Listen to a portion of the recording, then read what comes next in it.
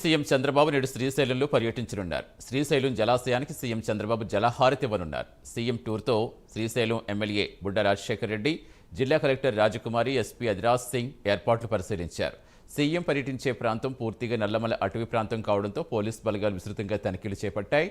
Helipad ప్రాంతంతో పాటు సున్నిపెంటలో Chandrababu పాల్గొనబోయే ప్రజావేదికను bomb, dog స్క్వాడ్లతో తనిఖీలు చేశారు.